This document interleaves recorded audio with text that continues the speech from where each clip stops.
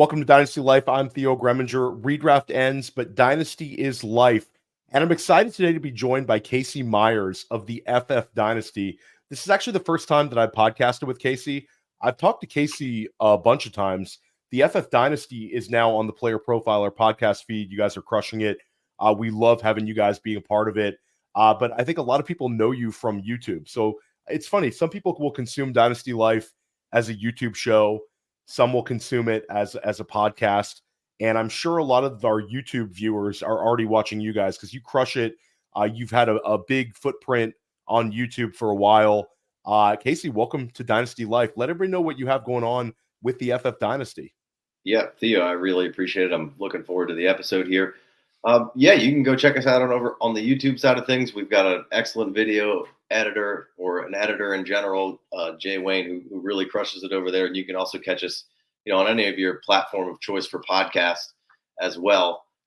We kind of have long form shows that we'll, do an hour and a half on 3 topics, and then we'll have some 30-minute shows that we get through 6 or 7 topics. So we kind of, have all of the different versions of conversation going on. And like I said, you miss a little bit of the conversation if you're not over on the YouTube side of things, because a lot of good graphics, but make sure you go check out the FF Dynasty, really anywhere you can consume content. And I'll give a shout out to our friend Memphis Young of the Dynasty Warzone, because Casey, you were on, that was only like 3 weeks ago, maybe. Yeah, not long. That you were in the Warzone. That was a great episode. And there's a lot of stuff on that. If you enjoy this one of Dynasty Life, I'm sure you will. Go back and check out that episode on the Dynasty Warzone. You guys crush it. That was a really, really fun episode. Shout out to Memphis. Shout out to Jerry. And Casey, I know you've been on the Warzone a few times like I have. Great Dynasty content over there. But today, we're talking about rookies. And we're going to specifically look at guys in this rookie class. And we're going to try to point out a few that we think are going to rise in Dynasty value. And you can take that any way you want. Trade value. And for you redraft listeners, these guys are also rising as we speak in redraft values. I checked out Underdog right before I hopped on to record, and a couple of these guys have already moved up a little bit. Like, spoiler alert, we're going to talk a little bit about Jalen McMillan. He's moved up on Underdog just this week off the buzz in training camp. And I'll say this, Casey, you've been doing this a while. Like, the amount of information we're getting now, it's nonstop. You have so many sources dropping instant news, whether it's the beat reporters, whether it's Twitter, whether it's articles, whether it's podcasts. It's just nonstop. How do you filter out like what's important to you without kind of getting oversaturated and maybe changing your processes? That's a good question, because you do have to be kind of diligent with everything, because I think a lot of it, unfortunately, kind of comes down to confirmation bias with some of those people, right? Like, you can read Daniel Jones is having a good day and finding some stuff, and then like the company of Daniel Jones that wants him out of there and doesn't like the contract and hates him, it's all negative, which maybe it is, maybe it isn't.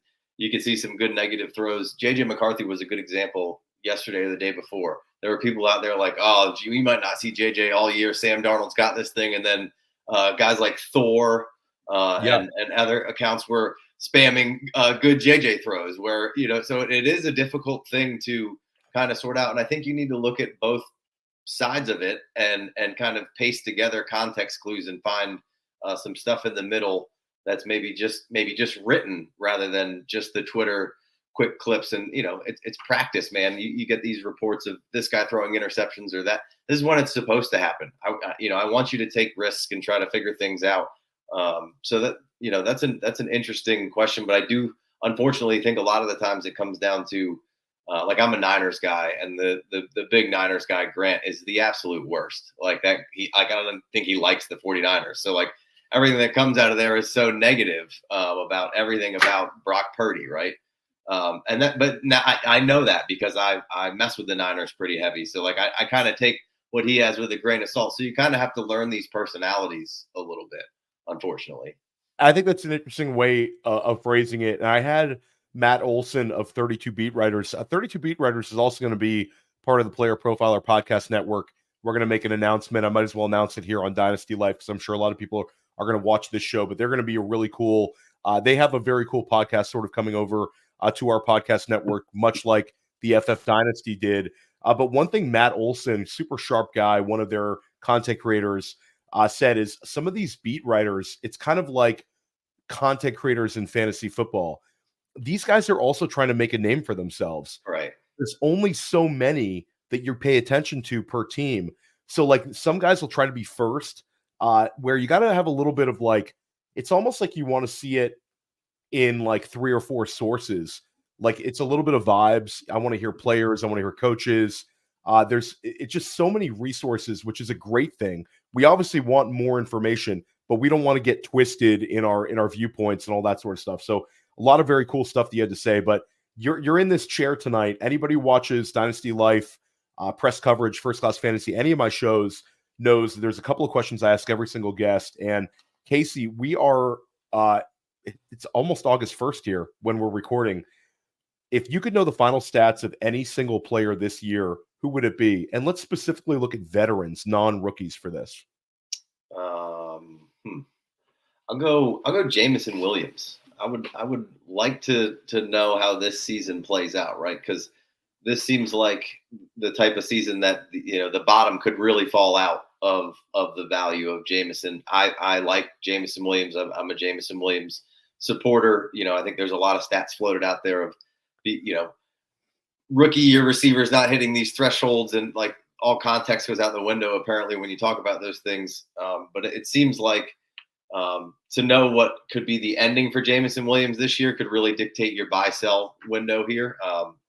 And to know that if it was a bad year, that on the blow up game or two that he had, maybe you could salvage any value that was left.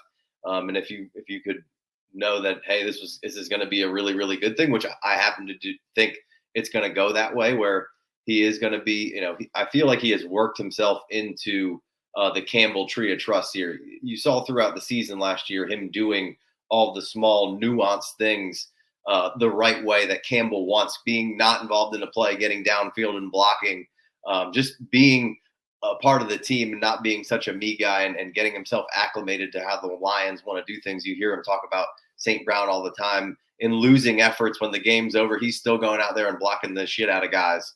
And that's the kind of stuff Dan Campbell wants, whether you like it or not. That's what Dan Campbell is, and that's where the Lions are right now. So Jameson Williams would be my answer there. I actually just talked about him with Alan Soslowski on the previous Dynasty Life. And yeah, he's super interesting. If he just absorbs the Josh Reynolds usage added on to what he did last year, then you're talking about Jameson Williams with his sort of explosiveness in that high quality of an offense at like somewhere in that 9,500 target range. That's exciting. I think that's definitely an interesting one. It's a range of outcomes guy though. Like this could be a year where he regains some dynasty value, or it could be a year where it's like, no, we're done with Jameson Williams. I'm not giving you I'm not giving you any third for him. I don't even want him. So it's a little bit of pressure. And also you picking him for this answer, if he doesn't take any step forward and just falls flat on his face, it probably means a guy like Sam Laporta saw an increase in targets just based on the personnel they have. Sort of need Jameson Williams to be a thing there based on the other wide receivers on the roster. How about a rookie, Casey? We're going to talk about a lot of rookies here, but how about one rookie if you could know their final stats? Maybe Brock Bowers, although I don't know how much it matters. I feel like he's at least semi-insulated on what's going to happen here. But to me, Brock Bowers really comes down to the coaching staff and how they're going to use him. He's an excellent unicorn type player, but he needs to be used in a certain way, right? He's not your traditional tight end. And I'm not sure the staff for the Raiders will be there or not next year. Seems like it really could go either way. Those guys will certainly be the fall guys if they don't, and they'll be clearing house. But Brock Bowers is so interesting to me, and I want him on a lot of teams, but I'd love to see him not be Michael Mayer, which I don't think he will be, but I feel like that would be kind of comforting to know. I love that answer. I love that answer with Bowers. It's a guy where we're super high on him at Player Profiler. I personally, have been singing his praises for quite some time. He's an overgrown Jordy Nelson at tight end. Right. And it's so funny to me. It's like we had all these great vibes with Antonio Pierce when he took over last year, where the team like fought like hell for him and he earns the head coaching job. They played sort of inspired football. Even in their losses, they were competing. And now he's going into the season with just like AOC or Gardner Minshew behind center in a division with Patrick Mahomes and Justin Herbert, and Denver taking a quarterback in the first round in Bo Nix. So it's just, I don't know. It seems like on paper, Vegas is in trouble. I wonder how much of a window, but hey, maybe next year we're talking about Brock Bowers with one of these quarterbacks in the 2025 class, one of the better ones that sort of emerges throughout the year. So big range of possibilities. I think he's sort of too big to fail in Dynasty based on the insulation we saw with Pitts. Bowers is going to have that same insulation. But let's talk about an offense that you're excited about. Who's an offense that you could see take a big step forward this year and maybe provide multiple ADP wins in when we're talking about redraft or best ball? Yeah, so we're kind of in like a Houston Texans effect here, right? There you go. I feel there's a lot that I like a lot of guys at the ADP because what could happen, the Seahawks are kind of one. They're interesting with kind of how they're turned over on offense, right? The Cardinals are interesting to see with Kyler and their OC that, they kind of had some things working last year. They just weren't good enough of a team. Titans, I think, are the low hanging fruit here. But I'm going Carolina. I'm smitten with Canales. I like everything that he's been doing. I love all the stops. He's the new QB whisperer right now.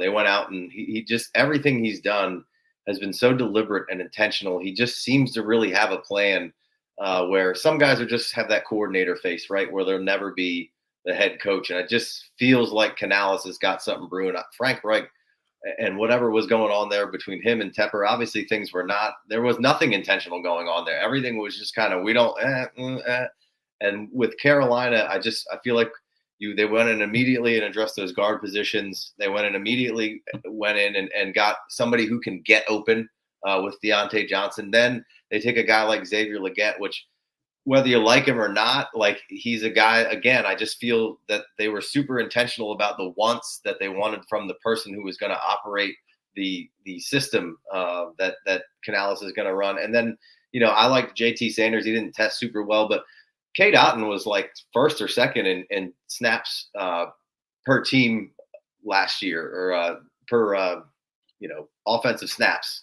Cade Otton was up in the 90%, like either one or two in tight ends. So there's an opportunity for somebody like JT Sanders, or maybe it's Tremble. I don't really know who it'll be, but I like. It seems like JT could fit in there a lot. So there's and then on top of that, you got guys like Chuba down there that are free right now, and Brooks may not be. They're not going to certainly just come in and give him a bunch of opportunities right away. They're going to ramp him up. So Deontay's like right now in our ADP is a 10th round guy, right? Leggett's around the same. Bryce is a 6th round guy with some upside there. Chuba's free, right? Brooks is a 7th round guy. So this seems like an offense that by the time the season is over, whether or not the win record reflects it, I think a lot of arrows could be pointing straight up for Carolina here. Yeah, I love that. I actually just had Scott Barrett of Fantasy Points on press coverage, and we're talking about breakout offenses, and he shares your enthusiasm for Canales. Canales is very much a Bryce Young hire, in my opinion. It's sort of we have this number 1 overall pick. Let's go get the quarterback whisperer and a guy who gets results out of several, Baker Mayfield, Geno Smith, Russell Wilson's best season with Canales. And yeah, stylistically, whether you like Xavier Legette or not, that's exactly the sort of player you need to get to complement a Deontay Johnson and what they're going to do. And I love that you brought up the guards, because I think with the shorter quarterback, having those interior offensive linemen, that's really going to matter. Bryce Young was sub 60% completion percentage last year. Like, I think that will really help, just, give him those lanes, those passing lanes, keep him clean in the pocket. It's everything's right there. Like, they've done what they can to get Bryce Young in a better spot this year. Now the pressure is sort of on Bryce Young to perform and to increase his dynasty value. But if you can do it with Baker Mayfield and Geno Smith, guys sort of left for dead by the dynasty community, right, you can do it with Bryce Young. We're going to take a quick break, and we come back, we're going to talk about rookies. We're going to talk about rookies, the sort of vibes we're feeling about early training camp news. We're also going to talk about how we think some of these rookies are going to perform this season. And then Casey and I are going to identify some rookies that we think are going to gain value. Guys, maybe you want to consider trading for right now. because they're going to cost a little bit more when we get to September 1st. We'll be right back. This episode is made possible by Underdog Fantasy, and Underdog Fantasy is the leader in best ball. When you go to join an Underdog Fantasy best ball draft, it fills very quickly, especially now. It's Best Ball Mania season, baby. Best Ball Mania 5. I can't believe they're at Best Ball Mania 5 already. $15 million in prizes. They're giving out $15 million with $1.5 million to first. Playing in best ball leagues makes you better. It helps train you on player value and strategy. And Underdog offers a lot more than just best ball contests. They offer pick'ems. My new favorite, the golf pick'ems, baseball pick'ems going on throughout the off season. Hit the pick'ems, back to best ball, hit the pick'ems. So use promo code Underworld. Promo code Underworld gets you a 50% deposit bonus up to $250. So they've increased the maximum deposit bonus. It was $100. Now it's up to $125. When you get the Underdog app, use promo code Underworld and go draft your ass off. Welcome back to Dynasty Life. I'm Theo Gremminger with Casey Meyers of the FF Dynasty. Casey, we're going to get right into it. We're talking about rookies, and we're going to talk a little bit about vibes. We're going to talk about how we expect these guys to do this year. And I think one guy that we talked a little bit before the show, just talking about sort of situations and these players trying to come up with these lists. A guy that it seems so obvious that once they started playing football in training camp situations, the vibes would go up with a player like this. And it's Keon Coleman. This is a guy where there was sort of a lot of negativity in the Dynasty community for like a couple of weeks. And that was reflected in his ADP on like Underdog, where you saw him dropping like a half a round, dropping around when Buffalo would talk about how he's specifically going to play on the outside. We're not going to move him around, like little things that kind of annoy fantasy managers. But now we get to camp. And of course, it's the biggest, strongest, most athletic wide receiver on Buffalo is flashing and making plays, and people are oohing and awing, and his connection with Josh Allen is going well. What are your vibes on Keon Coleman? Your expectations specifically for this year, Casey? And was he a guy that you invested in some of your Dynasty rookie drafts?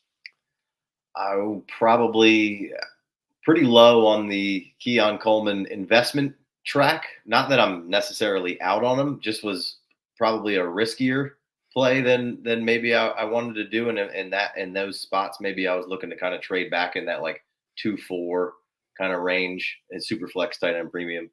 But I'm not out on Keon Coleman. There was just a lot of red flags in there that were like, the later and later I go, the earlier and earlier in drafts I get, I try to get maybe a little bit less risk averse.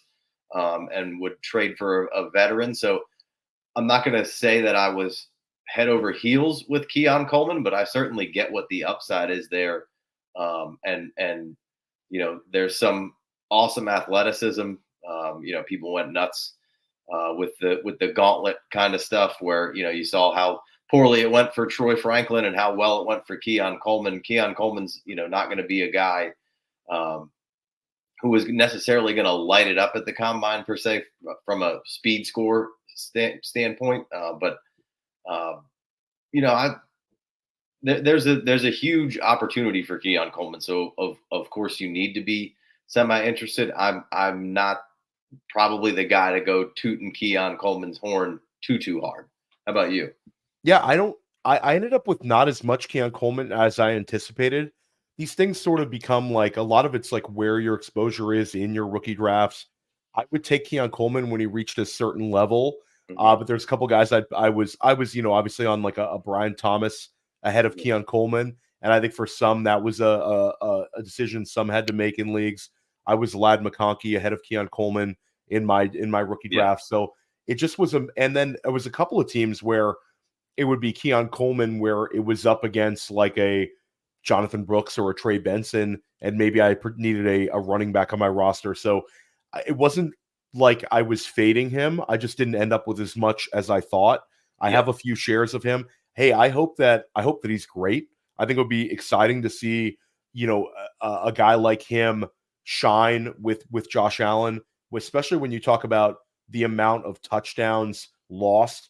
Like Gabe Davis, this is a guy where Gabe Davis and Stephon Diggs combined for like 60 touchdowns from Josh Allen over the years. So there's a real need for a wide receiver who can just become a consistent red zone threat.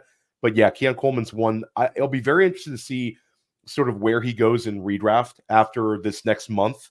Yeah. This is a guy where I feel like he could rise. There might end up actually being a little too much steam, because if somebody like Curtis Samuel can only go so high. We've seen him for years. Even if the buzz is great, it's like, yeah, but it's Curtis Samuel. This is a guy that, like, what's his upside? Wide receiver 20? Like, and then Khalil Shakir doesn't seem to be taking that any sort of like great vibes. Tight ends, Kincaid's already steamed up. So I think Coleman's got some room to grow in terms of value in redraft, and that sort of carries on with Dynasty as well. Definitely a fun player to monitor. Let's talk about a player that actually fell in the NFL draft. Keon Coleman landed to absolutely probably the best possible outcome landing spot. Sure. Maybe we could have talked ourselves into the Chargers being a great outcome for him, but whatever. He's Josh Allen on Buffalo. Braylon Allen fell to one of the worst landing spots. He was a guy where I still thought the day of day 2, we did a big draft stream for Player Profiler every single year. And day 2, Braylon Allen was a guy that I thought was going to sneak in on day 2. The betting markets were telling us he was going to go on day 2, maybe holding out hope for like a Dallas Cowboys drafting him at the end of the 3rd round. And then he falls all the way to day 3, goes in the 4th round, and ends up on the Jets with Breece Hall. Then they go ahead and they take Isaiah Davis. They have Israel Abanikanda. It seemed like sort of a mess, but it's been nothing but positivity with the media, with the players. It seems like Braylon Allen is the direct handcuff to Breece Hall, and he could be in sort of a A.J. Dillon type role as a complimentary change of pace back, maybe take some pressure off of Breece Allen inside the 20s. Allen's interesting to me because he's a direct handcuff, and anytime we get a direct handcuff, these guys with 17-game season, a player like Breece Hall, we've already seen miss some time. Even if it's like 4 starts, that still is a lot of utility for our Dynasty rosters. Your thought on Allen? Allen was, sort of like Keon Coleman for me, for the running back side of things. There's a lot to like, and then there were some holes in there that you were a little skeptical of, but still super young, which is what you got to like. And there's the ceiling is certainly there with Braylon Allen. And right now, redraft, but I'm typically focused in the Dynasty side of things. He's going 17-6 right now in our FFD ADP. So that's very palatable. That's what it comes down to. The Keon conversation was based around value, and neither one of us ended up with a whole lot of them. I didn't end up with a whole lot of Braylon Allen unless I had Breece Hall in rookie drafts specifically. Now, if he was hanging around in the 4th round and I had a pick, hey, I'll take a running back with some good upside there. Startup wise, if I have Breece, he's a priority for sure. If I don't, hey, we're in the 17th round. Like I might stab on somebody like a Rico Dowdle, maybe a little before a Braylon Allen, just because there's some upside. But I have no problem taking Braylon Allen. I would probably take an Estime over a Braylon Allen at this point. Again, it's not that I dislike Braylon Allen, and I really like the fact that he's 20 for the Dynasty side of things. Like, and Breece has missed some time. And they do seem very bullish on trying to find who's that guy, which, maybe that's what that was. They were like, we're going to draft 2. We got a Abanikanda. We got to find – I don't even know why they let go of Michael Carter. I thought he was a pretty decent, player, which would be a good compliment as the 3rd down guy there. We didn't see a whole lot of pass catching from Braylon Allen. That last year they switched schemes in Wisconsin from the old OG Wisconsin that we knew to a high-flying, completely different Wisconsin, which led to some probably part of some of the reason why there's some hole in the analytical prospect of Braylon Allen. But you did see some extra catches in there. You saw, I think, 28, or I don't have it in front of me at this point, but you did see some catches, right? Which is fine. I'm not a guy who gets really hung up on having to meet this threshold. I want to see how you catch the football, and are you going to work if that's a deficiency that you have. That's really what that kind of comes down to me. And I think Braylon Allen is certainly that kind of guy. So again, not super in, but definitely not out. Yeah, and I think Braylon Allen obviously lost a lot of dynasty value just falling to day 3. But again, like you said, it's a guy where he's got value to you. Obviously, if you're a Breece Hall manager, you should prioritize getting some Braylon Allen. And I would actually kick the tires and see what it takes to get him now. because you always run the risk of a guy getting. All you need is one negative thing to happen to Breece Hall, maybe even a setback where he misses a week, and then the Braylon Allen manager's like, price just went up. You need to revise your trade offer. So I'm always looking to get these handcuff running backs, and I think that this class had a number of these handcuff running backs. They just sort of fell into spots where they're the natural handcuff, and there's value for that on our rosters. One guy that is obviously super expensive, and we couldn't really put him in the risers because he's already like way up there in terms of dynasty startup value, and that's Caleb Williams. But the early buzz is strong. It's exactly what we want to see. It's the wide receivers playing well. They give DJ Moore the extension. You have Rome Odunze making plays at practice. You have positivity with Keenan Allen fully healthy, and Caleb Williams is making plays. There's like nothing negative here. There's nobody poking holes. Like you see it with a lot of these. A player like Caleb Williams, I feel like he's so big that the beat reporters are looking to find holes and poke holes in what they're doing. With Caleb, it's been quite the opposite. It's like this guy's the real deal. Yeah, no, I mean, and multiple people have stated, I'm not breaking any news, but I don't know that a number 1 overall pick has walked into a better situation, right? And that's really the bugaboo of being the number 1 overall pick is that, it's the chicken or the egg. You walk into a situation that's probably somebody just got fired. There's a new coach there. Not a lot of people are walking into Patrick Mahomes' situation with Alex Smith, Andy Reid, and the cheat, right? That just doesn't happen. If Patrick Mahomes went to the Jaguars, in that draft class, is Patrick Mahomes going to be a good quarterback? Yeah, but is he Patrick Mahomes? Obviously, we don't know that, but probably not, right? At least he's not on the trajectory of catching Brady potentially. And Caleb just walked into a really good situation. I would say the only thing I don't like about Caleb Williams is maybe I don't love Shane Waldron all that much. But I mean, the supporting cast is awesome through the running backs. I mean, they've addressed the O-line, which has continuously got better. And now you have somebody who can create a little bit more time, but isn't going to be, way quicker to pull the trigger than somebody like a Fields, which I think helped decline some rating on that offensive line. Because when you have a guy like Fields who holds the ball like he does and doesn't make those decisions, which I think Caleb can hold the ball, but the decision making and the ability to quickly get it out of his hand when he sees a spot that he can put it in, I think is vastly different from what they just had. So, I mean, I've been extremely bullish, which seems ridiculous to even say about Caleb Williams, but some people were like, I don't know. And I'm like, man, if I have to make a bet on a quarterback being good, it's him, right? Yeah. No, and I think you nailed it. And we made this argument for months about how Caleb Williams should go ahead of these guys like Kyler, ahead of these guys like Justin Herbert. Kyler Murray's been hurt before. Justin Herbert, we don't necessarily love the situation this year. Caleb Williams, to me, it's like the low-hanging fruit records in Chicago that everybody's like, no Chicago passers ever passed for 4,000 yards. Nobody's ever gone north of 29 touchdown passes. Like Caleb's got those in year 2, if not this year with the 4,000 passing. Like I feel very strongly that Caleb's going to get 4,000 passing yards in year 1 and just break that record. 29, like there was a lot of quarterbacks last year who hit 4,000 yards. 29 touchdown passes. There was, I don't have the exact stats in front of me. I'm going to go ahead and say it's like 6 passers in the NFL hit that number. So that's a little bit more difficult, but the weapons there, stylistic, even with Shane Waldron, I don't think is like your dream choice, but I think based on his talent, based on the players on the offense, even the running backs, it's like DeAndre Swift, Roschon Johnson, guys who can catch the football. I think that this offense is going to be a little bit more free-flowing.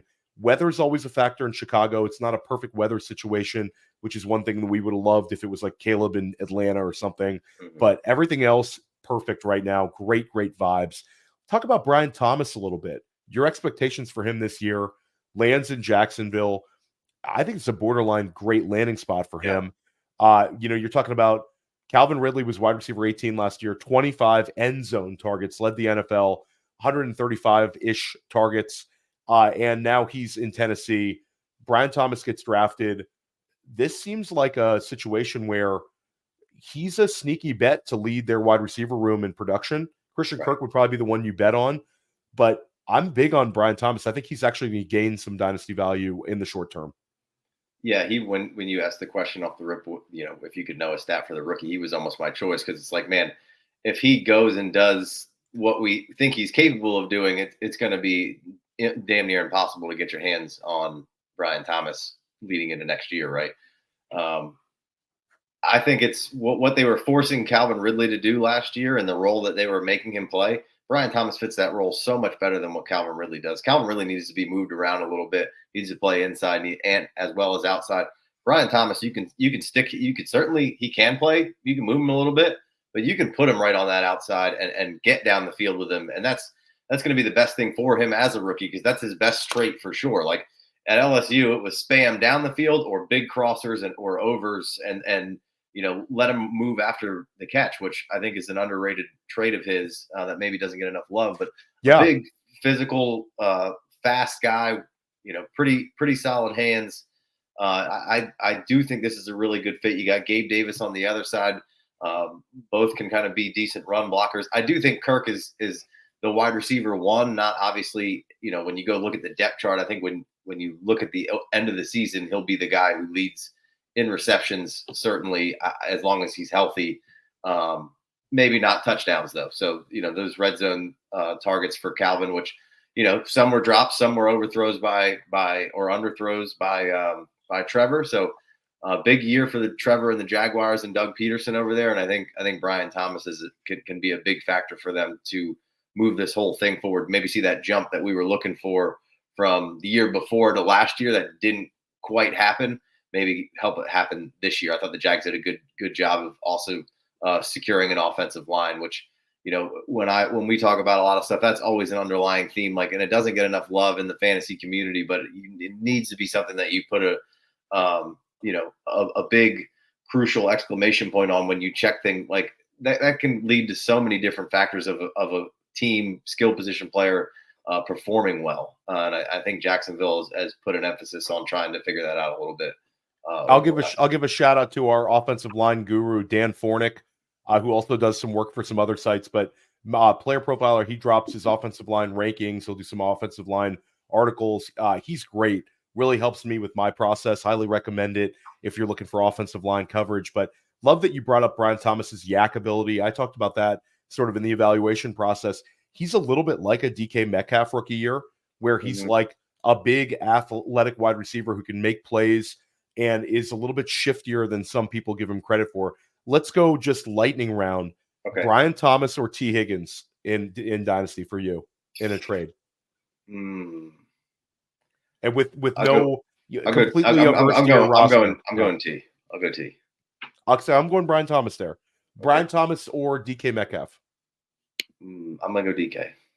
Yeah, I'm still leaning DK. I'd want a little, but if you offer me Brian Thomas and a little something on top, I think I could be talked into it.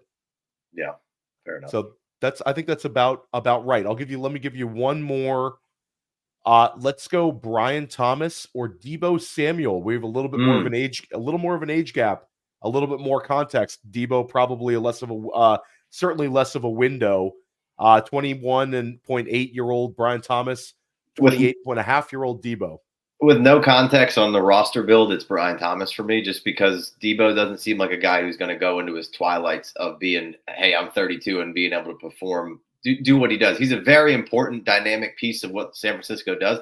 And if you need one season and you're ready to win the championship, and I know that's maybe not the best way to play, Deebo was outstanding last year. I don't even think people really understand how good he was, down the stretch. He was absolutely ridiculous. Top 10 receiver. I don't remember what the weeks were, but for a large chunk of the season, Deebo was outstanding. But we got him back-to-back in ADP, 7-1 and 7-2 in Superflex tight end premium dynasty ADP. So they're right there. So that was a good question. But Brian Thomas with no context for me. Yeah, me as well. Deebo, I think when he's 32, he's going to be in the TV booth giving commentary. He's such an exciting player, but every time he has the ball in his hands and he's on your dynasty roster, you worry he's going to get hurt. Yeah, takes on contact. He's a little bit of a maniac to him, which sort of is one of the greatest things about him as well. Let's talk about Xavier Worthy and Jared Wiley. We talk about the Kansas City Chiefs. There's been obviously with Worthy, in OTAs, the guy flashed, made some big plays. That was one where like you're seeing the highlight clips coming in on Twitter. Today he got blown up on press coverage, got thrown to the ground where people are all upset about that. Doesn't do anything.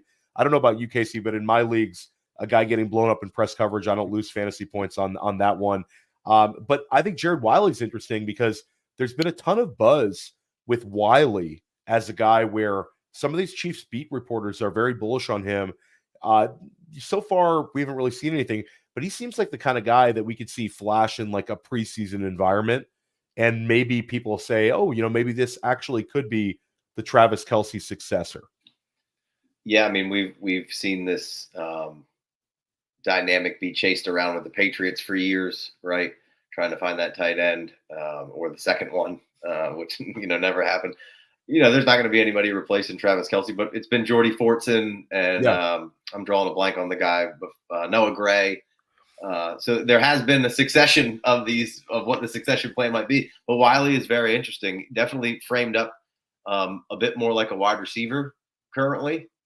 So we'll kind of see how that develops. But certainly a lot of buzz on Wiley. And the Xavier Worthy thing, like in my write-up pre-draft was like, yes, he's certainly going to get blown up from time to time. Basically, he can play outside or in. You're doing a disservice if you're not moving that guy around. In the modern NFL, he needs to be a guy in motion, moving all around. He's so fast and quick. Like, yeah, man, sometimes a little guy like that is and a corner who can get up on him is going to get him. But you better fucking get him, because if you don't, somebody's going to be super mad because he just scored. Like, yeah, So no, I love where you're at. Xavier Worthy's a guy where I think he could absolutely crush his current ADP in redraft. Dynasty wise, I could see him gaining a ton of value. There is competition. You have Rashee Rice there. And then when you're talking about the next Travis Kelce, like when you talk about the first down maker for the Kansas City Chiefs, I think it's probably going to end up being a lot of Rashee Rice once we see Travis Kelce move on, just as like a safety blanket. With Xavier Worthy making dynamic plays. But it's interesting because one of these Kansas City Chiefs wide receivers will be worth more than the other. And I think it'll be kind of apparent, but I'm on team Xavier Worthy. It's the first round draft capital. He was an early producer at Texas. This is the first time Kansas City's drafted a wide receiver in the first round since 2011.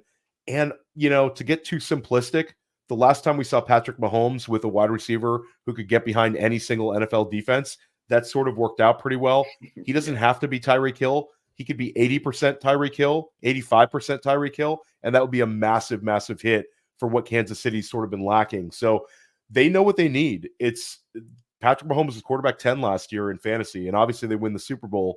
So there's bigger fish to fry. But their offense, when you hear these guys, they were frustrated by how they performed last year. They go get Hollywood Brown, go get Xavier Worthy. I think that's going to be a thing. But if you're in deep dynasty formats, Jared Wiley is definitely one to keep in mind. Athletically, he's got it. And size-wise, he's definitely got it. So he'll be an interesting one. We could have put him in the potential risers, but again, Travis Kelce this year holds him back. Sure. Let's talk about Theo Johnson and Tyrone Tracy. The Giants, one big takeaway of mine at the NFL draft was how athletic the Giants got with a lot of their picks. And when you talk about on the offensive side of the ball, Malik Neighbors, next level athlete, exceptional athlete, explosive. But Tyrone Tracy is a Antonio Gibson-like running back, converted wide receiver, ran the 40 very well, a great speed score guy. Theo Johnson, the most athletic tight end in the history of the combine. Let's talk about your expectations for Johnson. He's a guy where there's starting to be a little bit of buzz. He's back. He's got a clear pathway to start. Yeah, my Penn State guys weren't huge Theo Johnson guys, just, at least from the standpoint of year one, of just seemed like he might need a lot, just unrefined really, but certainly a lot of athleticism. But also they were also kind of surprised, I feel like, how much athleticism he did have, because maybe didn't always show up on the field.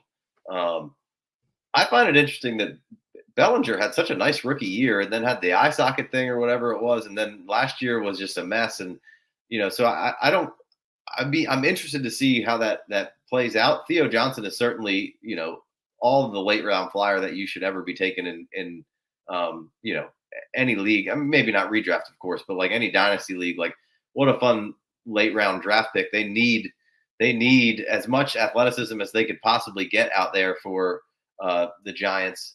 Interesting group skills going out there this year. So, I'm not overly bullish on Theo Johnson by any means, but you put me in the fourth round, especially tight end premium, and I'll grab Theo in rookie drafts. I know some haven't taken place yet. So, and late round, I'm not sure if we even have an ADP on Theo Johnson. If we do, it's probably 19th, 18th round in startups, super flex tight end premium. So, I don't have a terrible amount to say on him, because I don't know that there was a terrible amount of stuff to really dive into on Theo outside of that he's very athletic. Yeah, I mean, and that's sort of it. And that's been one of the pathways for tight end success is athleticism correlates to fantasy success. It sounds simplistic, but if you go down the list of guys that are doing well in fantasy, a lot of them hit certain athletic numbers. So at least he's got a shot there. He's also got the size to stay on the field, where you could see him playing a very high snap share this year. And then Tyrone Tracy, to me, that's a guy that I want to keep on as many dynasty rosters as possible. We sort of talked about the Braylon Allen path. We're talking about Braylon Allen backing up a guy like Breece Hall. Devin Singletary has never been a guy that we would call a workhorse or a bell cow type running back or elite usage type running back. This is obviously a guy that Brian Dable is super comfortable with. And Singletary played great down the stretch for Houston, but this is not a guy that I would bet on being able to significantly increase his volume. So if it's a matter of New York having to lean on Singletary maybe a little bit more than he's capable of, the chances of him breaking down in the second half of the year could absolutely be there. And we like running backs with elite athleticism.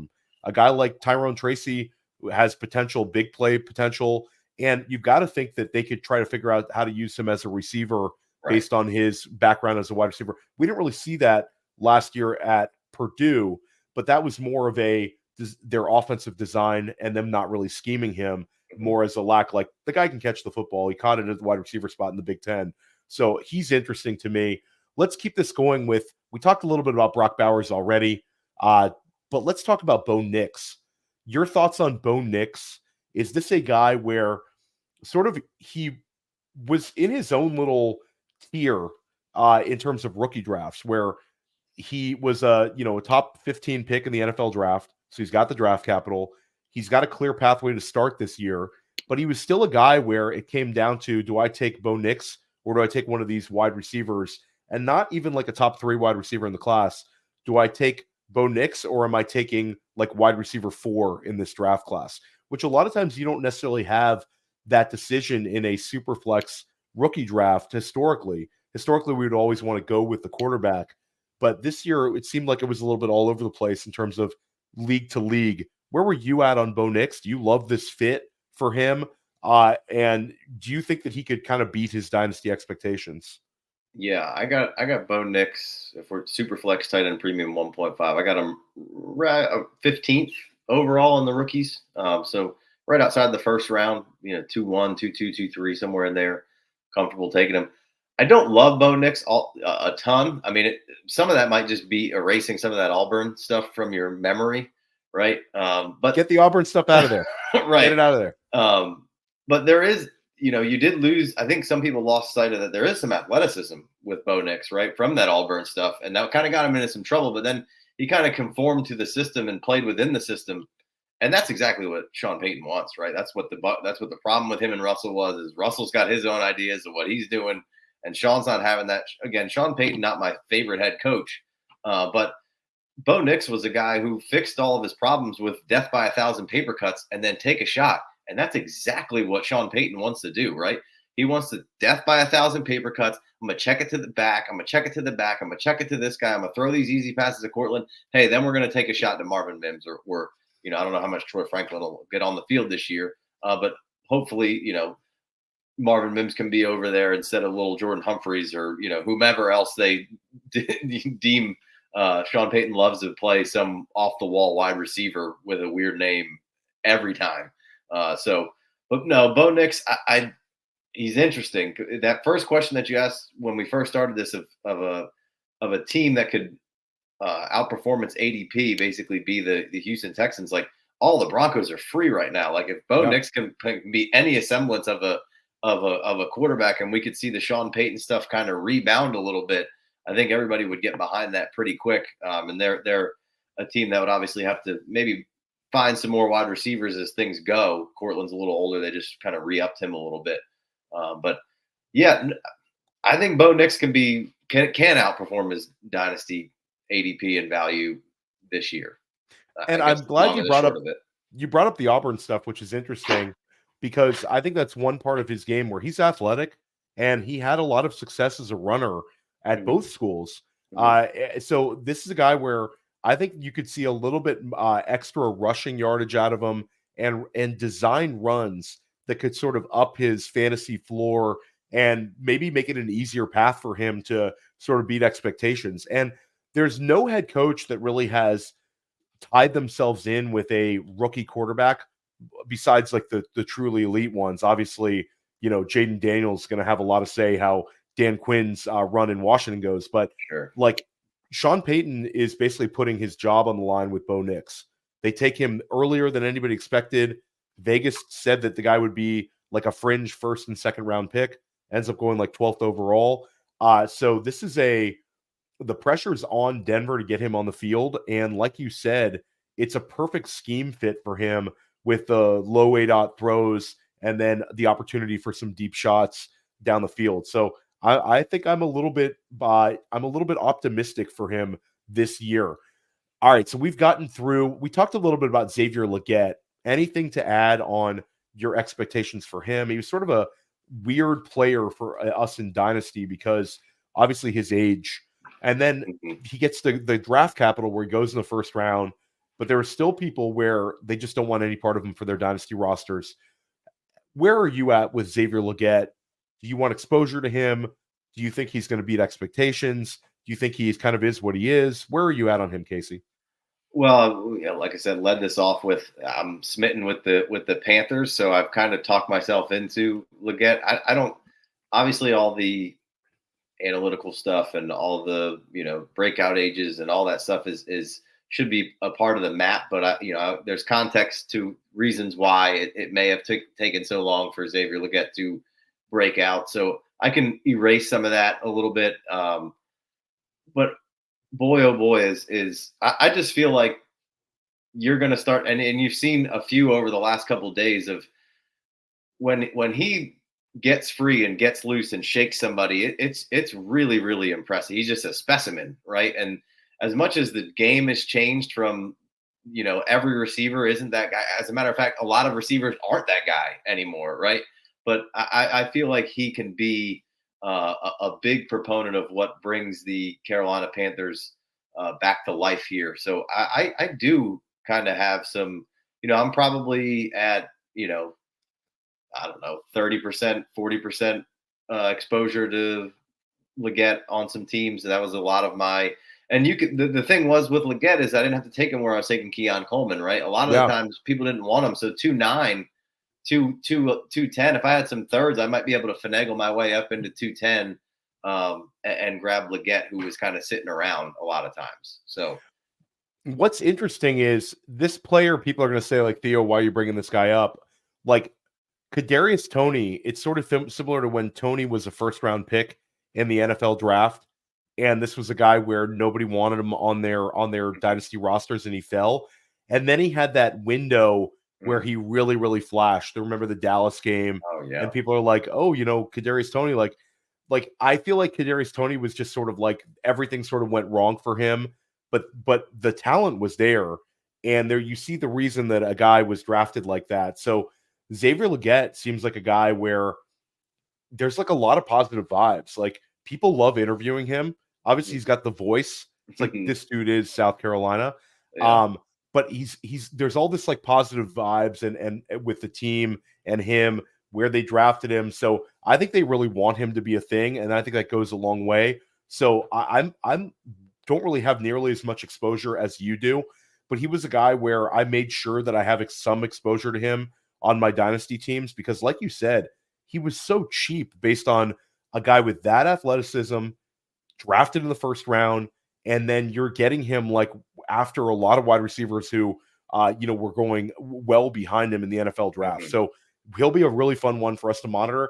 and he's sort of almost like he'll be like an outlier where people are like, well, Right. The breakout age, but we've got Xavier Legette. So definitely an interesting one. All right, let's get into our rookie risers. Real quick. Just like I feel the difference between him and Tony is the head, right? That was always my thing with Kadarius Toney, and I held on to Tony for too long, and now he's useless. Essentially, you almost got it back. If he could have caught some footballs in Week 1 last year with the Chiefs or whatever that was, you could have got a resurgence. But I think Tony's problem was always Kadarius. If Tony could get out of Tony's a little nuts. He's a little nuts. If he could get out of his own way, I think he. And I hate I don't know him. I hate to question people's work ethics, but I'm going to assume it wasn't quite on the level that it needed to be. Week in, week out. So anytime you see a guy with that sort of draft capital traded away so early on in their career, there's something there where the Giants really wanted to kind of wash their hands of that situation. Right. So definitely an interesting one. And Xavier Legette, it sort of seems like a kind of guy I'm rooting for Xavier Legette this year. So definitely a very likable player. Let's talk about our rookie risers. Let's talk about players that we think are going to gain ADP and dynasty value this month. Casey and I put together a list of some guys. Some guys were ones Casey listed, some were ones I listed, and some are sort of no-brainers that we both could have come up with. Let's start off at the top, a guy that you put on this list, Javon Baker. Central Florida, goes in the 4th round, 5 catches over 50 yards last year at UCF. Obviously in the same draft class as Jalen Polk, but now you have all these vibes with Baker where the media is reporting his involvement. He's got a path to being on the field in 2 wide receiver sets right out the gate. What's your enthusiasm level for Javon Baker? I mean, I think you got to have some decent enthusiasm level for either Patriots wide receivers. You have to. We've for so long had a negative connotation towards any receiver drafted by the Patriots because it's been so bad. But you kind of have to forget all that because this is not the same. This is a whole different version of the Patriots. Much like you got to forget everything you knew about the Seahawks. You had a long track record. You kind of have to crumble that up and throw it away and refigure some things out. Mayo is going to do things completely differently than Bill Belichick does on the offensive side of things, and maybe put a bit more of an emphasis on being, more of a current NFL offense and the way they operate. So Polk is very interesting. I feel like that's the floor play if you want to play it a little safer. And Baker is just that, oh my God, get you on the outside. These guys both have easy paths to playing time. I think Pop Douglas is going to be a factor as well. But like you said, bunch of longer catches. He averaged over 21 yards per catch. And then he had at one point real analytics had him at 21.7 miles per hour on the field. And that's kind of the stuff I pay attention to a little bit more. Like I would much rather see GPS speeds over combine 40s to measure how fast guys are. I want to see how fast you play on the field. And Baker does that. He also has a lot of sudden.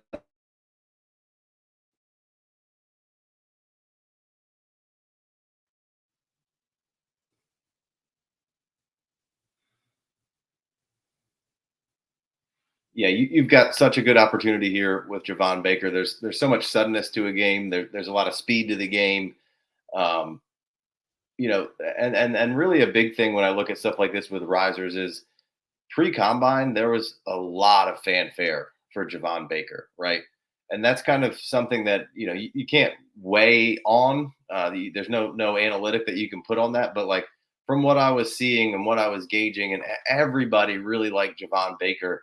And when you're getting buzz like this, that crowd may have gotten silenced a little bit during the combine, but all those same people were still probably pretty interested in him, where they could get him in the draft. And now you get a resurgence of people getting excited about him. So that's the kind of stuff that obviously I need the talent and the opportunity. But when you have the public opinion being very interested in Javon Baker, that really puts an eyebrow raise on how big of a riser Javon Baker could be, because he was somebody you were seeing, and we're talking super flex tight end premium because that's the space I live in a lot. You were seeing him into the 3rd round every single time in drafts, and like you could even potentially pick him up 3-6 a lot of the times. And there was a lot of sweet spots where I would trade in for Jermaine Burton, and then I would trade in for Javon Baker, and then I would trade in for Jalen McMillan, who's on this list, and I would come out of that 3rd round with all 3 of those guys. Did that multiple times in drafts. So putting the money where the mouth is. And I've always thought Javon Baker had a good path to opportunity here. And I think we're seeing a good bit of the excitement kind of, come to a nice roar again here. Yeah, and it's a guy where he really landed perfectly because of the instant opportunity he has in New England. So obviously would have liked to have seen him be a day 2 guy, but there's a pathway for him being on the field as a starting wide receiver in 2 wide receiver sets on day 1 of the NFL season in New England. So Baker's an interesting guy. He's also got he's got this attitude to him where I think he thinks he's the best wide receiver in the NFL. And we like that out of our wide receivers. St. Brown right?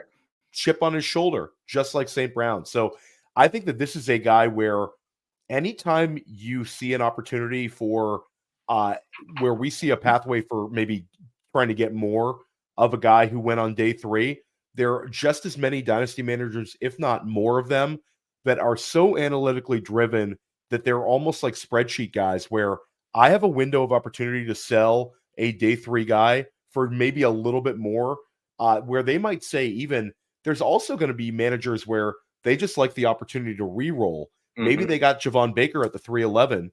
You offer him a 2025 third. They might say, you know what? I'm going to take the random third because as much as the buzz as he's getting, I used the 311. I'm going to be able to use that third rounder for trades during the year. It's worth kicking the tires on to see if you can't get him for about the same cost as rookie drafts. That could be one that really pays off. He could move up into a second round value in like week 3. So he's definitely an interesting one. One That's player where, and I'll ask you one question because I've talked to Memphis about this. I've talked to Alan Soslowski about this, but I had Austin Martin, who I think is one of the best dynasty managers in the country in terms of high stakes dynasty leagues on. And I've talked to him about how I was seeing certain dynasty managers in like FFPC double tapping Polk and Baker in their rookie drafts, maneuvering around and getting both of them. What's your thoughts on that, Casey, as a strategy to kind of double tap a situation, thinking that one of the two of them could maybe develop into a wide receiver 2 in Dynasty, and potential they're both like wide receiver 3 level values? Yeah, I mean, I don't hate that at all. Obviously it comes down to the situation, the opportunity, and the 2 players, right? But like I mentioned, I think there's a pretty safe floor play with what Polk can do, and I think the ceiling play is Baker, and I think you can, from where you were getting both of those guys, I don't mind taking that, I guess risk you could call it, but I mean any of these guys, anybody, A.D. Mitchell was a risk, Keon Coleman's a risk, Leggett was a risk. Polk was almost kind of the safest guy kind of in that later second round that I was seeing.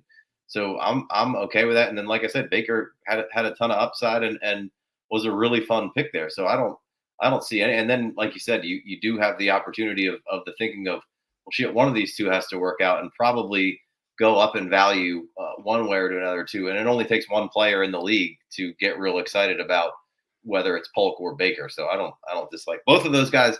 Again, I think had good fanfare. So that would be something that would interest me as well. No, for sure. And one other player that we talked about, some of these handcuffs, and whether it's Bucky Irving, whether it's Braylon Allen, potentially a Tyrone Tracy, all those guys, like you could be like, yeah, there's a pathway for them to be the handcuff. But one guy who is looking more and more like the number 2 back in Philly, it's Will Shipley. And this is a guy where athletically he was there, caught a lot of passes at Clemson, and now you're hearing reports that he's getting worked in with the first team. I think that this is a underrated situation and a guy that's going to rise up because I think he's just flat out better than Kenny Gainwell. And it seems like the Eagles might as well. And as much positivity as there is with Saquon Barkley right now, you're talking about a guy past the age apex in Dynasty. Obviously, he's a next level athlete, back-to-back years of RB1 level play. But at the end of the day, we did see him miss like 3 games in 2 out of the last 3 years. This is a guy with Will Shipley where having that short-term utility, if you tell me I get 4 or 5 starts out of Will Shipley this year with that offensive line, with this offense, that's something I would be super interested in. And I think he's almost a must-have if you have Saquon Barkley on your Dynasty roster. Your thoughts on Will Shipley? Yeah, well, the producer of the show, the video editor of the show, we're in South Carolina here. Big Clemson guy, went to Clemson, graduated from Clemson. So I've been watching Will Shipley for a long time and been hearing about Will Shipley for a long time. And it just feels like, kind of got went under the radar a little bit. This is a really good all around player that the Eagles landed with. And that's a good organization. They've drafted well. They've got a good front office. They scout well. So you start to trust kind of what's going on there. So yeah, I mean, Will Shipley kind of falls in line with the Vidells and the Buckies and the Ray Davises of good handcuffs in fun situations, right? And really lucrative situations. And Shipley's maybe the best of all of offenses that you trust. Now, you could say Ray Davis and the Bills. Yeah. But I prefer, Shipley over Ray Davis, frankly. Yeah, Shipley, to me, it's interesting you bring up Clemson. Like, this was a guy who was on the field early at Clemson, and I love how he caught a ton of passes. Like, this is like, he has a skill set where there were certain situations where if he would have landed in the draft, you could have painted a picture where this guy could have been just a third down back or a long down and distance guy and still had utility there. But Philly, I think, views him as more. So I'm into it. I think that he's the kind of guy where you'll see the redrafters, the sharp ones, starting to value him as like a direct handcuff in a plus offense. And I think dynasty managers, Saquon, what are you doing? If you don't already have Will Shipley, go out and get him for your dynasty rosters. We might as well talk about some of the highest pedigreed players, but guys that are still going to gain value here. Jaden Daniels. The difference between him and Caleb Williams is there's room to grow in terms of his dynasty value. And it seems like we're right there, Casey. Your thoughts on Daniels? How much impact is he going to have in year one? I mean, I think he's going to have a good bit of impact. I think you're going to see, we talked about Caleb Williams earlier, walking into a good situation. I mean, he doesn't walk into the worst situation. Jaden, that is, doesn't walk into the worst situation ever, at least with skill positions around him and good players. Offensive line may be, not quite as, I'm not sure. I'd have to dig into that Redskins Commanders offensive line a little deeper. But no, I mean, I'm kind of in, like, I like Jaden Reed. I don't have any Jaden Reed. I've had opportunities to draft him. I traded, pretty much every opportunity to draft Jaden Reed for a proven quarterback like a Kyler Murray or something. Jaden Daniels, sorry. Yeah, you're thinking about what you're thinking. You got the War Daddy on the mind. Yeah, I'm very sorry. I traded for Kyler in two different spots where I had the opportunity to pick Jaden Daniels. So I like Jaden Daniels. I think the rushing upside is going to be there, and it's going to be a lot of fun to watch. He obviously was excellent on downfield passing. I thought you saw, good growth from him all around. Little concerned that it wasn't, you didn't always see it from him the entire time throughout his career. You saw it when he was in a really plus situation with Jaden Daniels in the last season at LSU there, but it was outstanding. Right now we're seeing him around the third round in startups, 3-1, that's probably a hair rich for my blood, but if it hits and it goes, like you said, there's certainly room for growth. And I think it's going to go up. It might be kind of like, I think he's a much better passer than Justin Fields, but I think there's a potential to see a trajectory like Justin Fields, real big rise. And then the bubble bursts a little bit and maybe he comes back down a little, whether that's because of his situation and the Commanders don't quite work out. I'm not terribly confident in the coaching staff and scheme, but I'm really excited that there's a new ownership. So that makes me excited. Like when we talked about it with the Patriots a little bit, kind of to throw everything about the Commanders out because this is a new ball game. So I'm probably not quite as bullish on Daniels as a lot of other people. How about you? Yeah, so I'd say I'm a lot more bullish on him than you are. I think that it's all kind of lining up for him. When it comes to, I like the fit with Cliff because we've already seen it with Cliff and a mobile quarterback with Kyler Murray, and it's like Cliff Kingsbury is not a guy where it's like our handpicked offensive coordinator for Jaden Daniels, but it's a guy where I don't think he's going to impede his development. And I think if anything, we've already seen it, and that makes it a little bit easier to take. The weapons around him are good enough. Mm-hmm. And I think the vibes are just very strong. Offensive line's an interesting one you bring up. I don't think anybody would say the Commanders have like a plus offensive line situation. But Daniels is one where we've seen how impactful rushing yards are to fantasy production. Yeah. And this is a guy who could have 800 yards out the gate. So I'm right there. And I think that the value of taking him in the late second, early third round, I think he's absolutely going to move up in value when we talk about startups next year.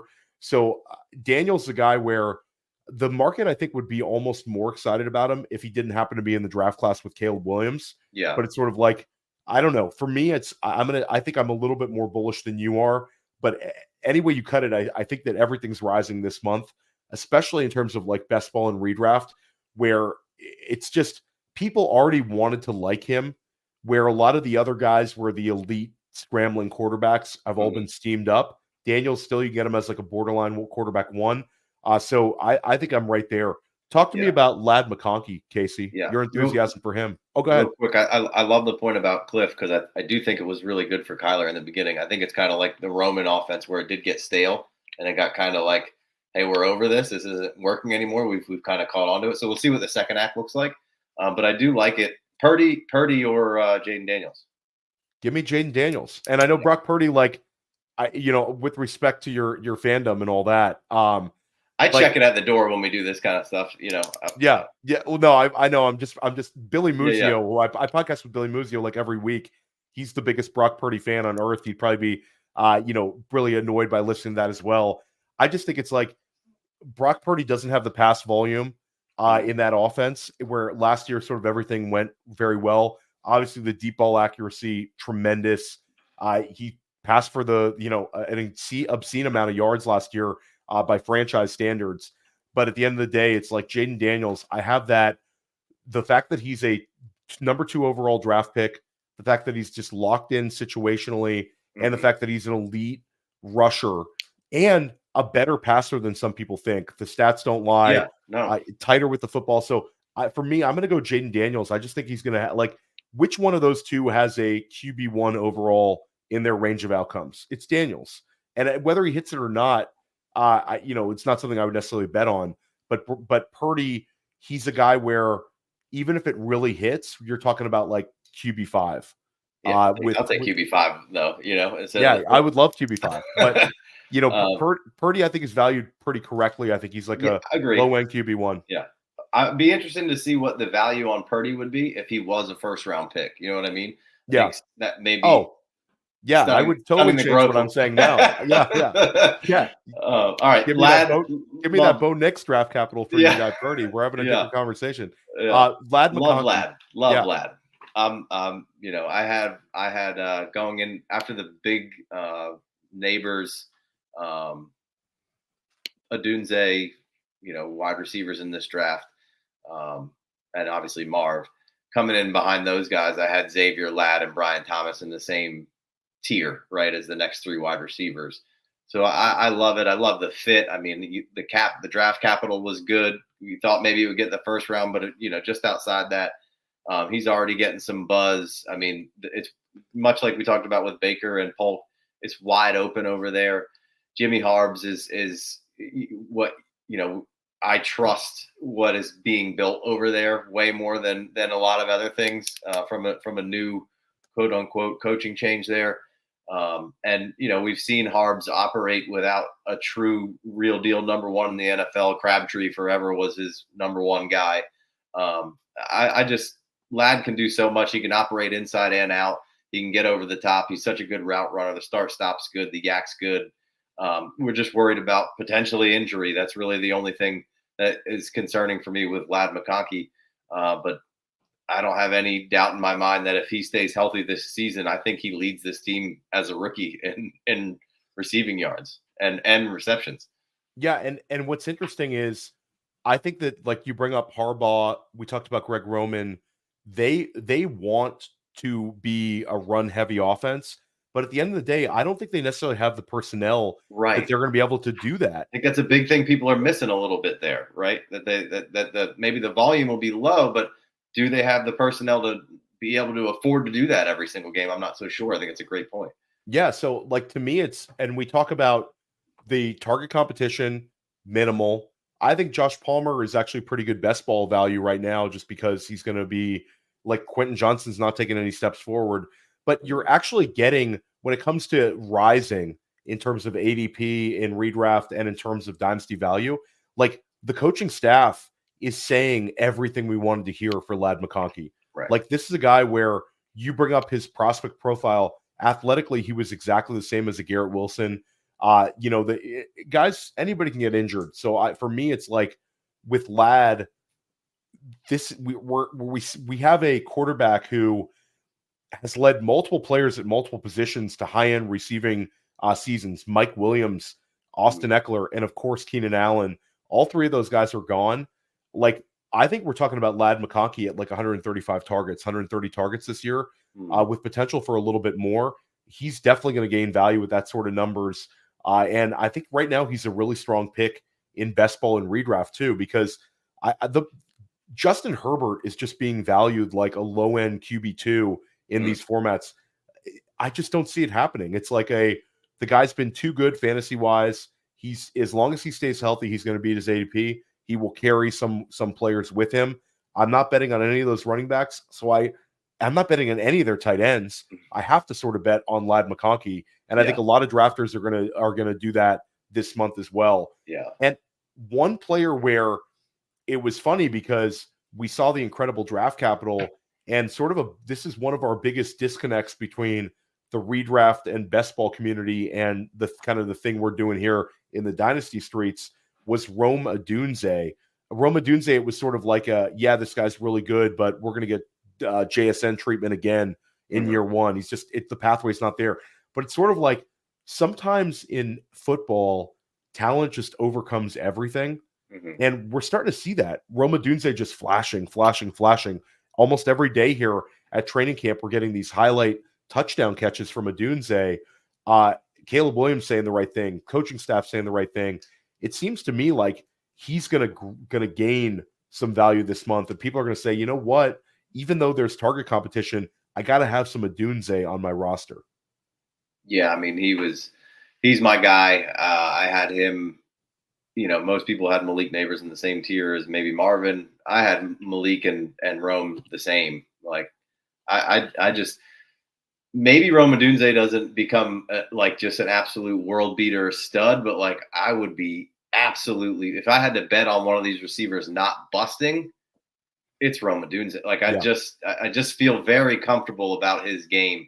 And while they just extended DJ Moore and gave him some more money, Keenan, maybe he's only there for a year, but I could just see Caleb and Rome just kind of coming in and growing together and being just that 1-2 punch for Chicago for a really long time to come. So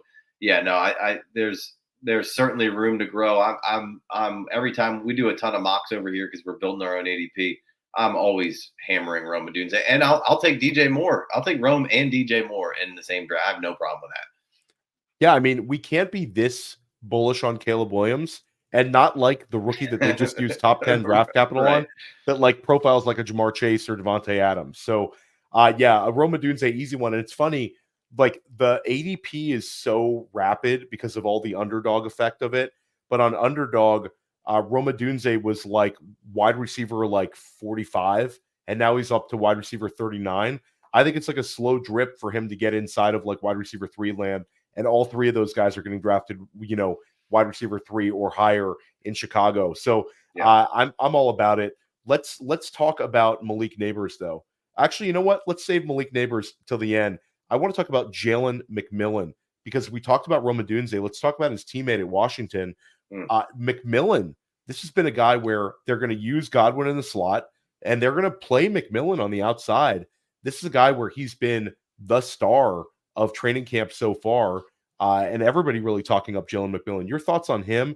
Could he be the guy where people are like, yeah, I should have taken him on every single rookie draft. He was so cheap. I've got to be around 80 to 90% on Jalen McMillan on rostership. Like, I know I said Ladd was my guy and Rome's my guy. Jalen McMillan is, I can't not draft him. I got to trade in to get him. I love him. He certainly can play outside. I prefer him to be in the slot here. Godwin's obviously been terrific through his career when he has been in the slot. Mike Evans not long, I don't think, for the game, but McMillan is that's a number one must draft on every show I do about rookies is him. In 22, he was putting up Rome Odunze numbers. He had more catches than Rome Odunze and about 30 more catches than Jalen Polk on that team. Right. And then the 23, he's got the knee injury, which took place, I believe, week 3 versus Michigan State. But he just can kind of do everything. He can take the top off. He's a fantastic route runner. He's got all the nuances already kind of built into his game, which is, I think, why he's really showing out at this point. And I think the yak is there. Yeah, he's a little thin frame guy, and I've seen him go down on first contact, sure, but I've seen him, break a ton of tackles as well. Just good hands, smooth. We saw the speed, I think, be better than some people anticipated at the combine. But you tack that onto the quickness and the elite route running. Like I said, he can get you those small first down gains, and then he can get you over the top. I feel like he's a very complete receiver. I'd prefer to see him in the slot at the next level. We'll see. I feel like maybe being outside might hamper him a little bit and have some growing pains to start the season here and there. But I can't see a way that they're going to play Trey Palmer over Jalen McMillan. Yeah, no, I think no chance on that. I think for me, it's clearly the more polished player, much better draft capital, more buzz. And you bring up the slot, I think you'll see Godwin in the slot 50% of the time. It sounds like that's what they want to do. So there'll still be some opportunities for McMillan to play some slot. And I think it's a clear pathway for him to be more utilized in the slot in year 2 and to bump inside with a year under his belt with some production. And the great thing about McMillan is I have a lot of exposure to him in Dynasty. You have all this contingent upside because there's not, correct me if I'm wrong on this, I believe that the oldest combination of wide receivers right now in the NFL is Tampa Bay with Evans and Godwin. And Evans obviously was fantastic last year, 1,200 yards, led the league in touchdown catches, unbelievably consistent, but Father Time's undefeated. Chris Godwin as well, where there's a lot of positivity there, but he's probably played his best fantasy football. I think it's a pretty safe bet. McMillan, if either of those guys misses time, you're talking about a guy who could be heavily utilized in this offense as a big target getter. So I love that you're heavy on Jalen McMillan, Casey. Let's go McMillan. That's a great one. But let's talk about my guy, Malik Neighbors. Okay. And I know that, you were all about Rome Odunze and him in the same tier, but we can obviously say that it's pretty elite tier. But with Malik Neighbors, we're talking about the market starting to adjust on him because this is a player that is going to be the most heavily utilized skill position player in New York. We talked about the sort of the limitations that Devin Singletary has at running back and then target competition around Neighbors. So I'll ask you, where does Malik Neighbors finish in wide receiver scoring this year? That's a good question. Because I'm saying I think he's going to be a wide receiver 1. I think he's certainly going to have the potential for the volume to create a wide receiver 1. Man, there's a lot of factors that probably go into that. Again, we've talked about offensive line. I do think the Giants at least have made some strides in that regard to hopefully keep Danny Dimes upwards. Mixed bag of reports on how that's going, but I would probably put him at wide receiver 15, right outside of 1, with some peaks and valleys. But the volume is going to be, and if it's not, then they're doing a huge disservice. 150. If you're the head coach of the Giants, if you're Brian Dable, you're saying this is a 150 target guy. Yeah, I mean, the Hard Knocks has been outstanding, I think, with the Giants, and if you've been paying attention to that, and obviously you can combine that with what we're seeing out on the field from Neighbors and what we already kind of knew about Malik Neighbors, right, coming into this, is that I can't see it. Dayball's got to win some games. I think he's a good coach. I don't think he's going to not do that. He wants to keep coaching for the Giants, and Malik Neighbors is going to be the best way to do that, to design everything to go Malik Neighbors' way in the same vein of Steph Diggs. Obviously I'm not saying they're the same player, but just the volume wise, when we saw Steph come over, I believe Dayball was in that iteration. I love that you said that. And I've said that as well, where you saw Dayball get an elite pass catcher. Stephon Diggs that year was being like a 6th round pick in redraft. ends up being a league winner. Neighbors, you're not getting any sort of a discount now, but I think at the end of the day, there's guys ahead of him that have less of a ceiling. I think that there's a lot of people just the Daniel Jones factor, and people don't want to draft Giants. That's the reason. But now people are sort of coming around to it. So for me, I'm Neighbors and Marvin Harrison Jr. both finish as wide receiver ones. And that's one question we'll end the show with here, Casey. Marvin Harrison Jr., obviously we both think the guy's great. We don't need to talk about it. Dynasty-wise, top 5 wide receiver on Dynasty rankings, somewhere in that range for you and for me and for everybody. Where does he finish this year in terms of scoring among all wide receivers? Because right now he's wide receiver 9 on Underdog. You're not getting any sort of discount. Yeah. Does he beat it? Does he hit right around it? Or does he miss it? I think you probably say misses it, but I mean, I would assume right around it. If, obviously you got to have health be on your side there. But I mean, once again, in the same vein that the Giants need to feed Neighbors, Trey McBride is going to have a good bit of volume in that offense as well. At the end of last year, you could just see brackets and doubles and triples on him. So I think the addition of Marvin is going to be excellent for Trey McBride, but I do think that's probably a little aggressive on the best ball side of things for Marvin Harrison. That would, probably be I'm probably good on that. But I could see wide receiver 10, probably more likely like the 15 through 18 though. But I mean, geez, that's a really tough. I think for me, I think they both get there. I think they're both wide receiver ones. The X factor for Marvin Harrison Jr., it's touchdowns. And Arizona has lacked a wide receiver who can find the end zone consistently. Marvin Harrison Jr. had back-to-back 14 touchdown catch seasons at Ohio State. It's been since like 2009 they haven't had a double-digit touchdown guy in Arizona. I think that could be just his pathway where, maybe 135 targets, does just enough, but he gets like 11 touchdown catches. All of a sudden, he's wide receiver 9, wide receiver 8. So I think he's appropriately priced based on the ceiling and based on the fact that the guy's going to have those spike weeks.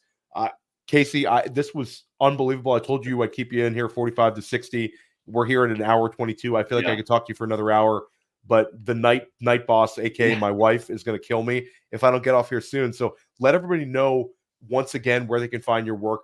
Guys, if you're not listening to the FF Dynasty and you play Dynasty, you're doing yourself a disservice. Your show's fire. When are you dropping episodes, Casey?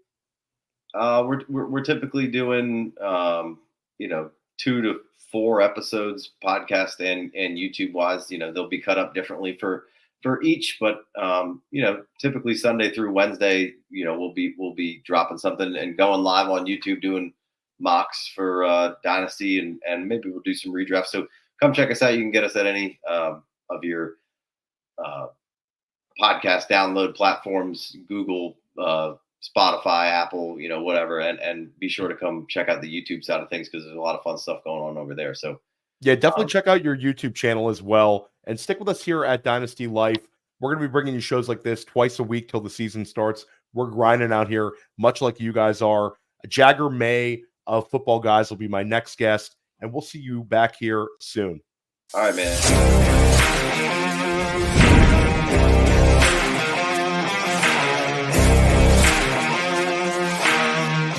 Hey, I want to thank you for being part of this broadcast. If you have any thoughts on it, leave a comment. If you enjoyed it, make sure you leave a like. And if you want to see more shows on the Player Profiler channel, subscribe to it. That's how we know you want more.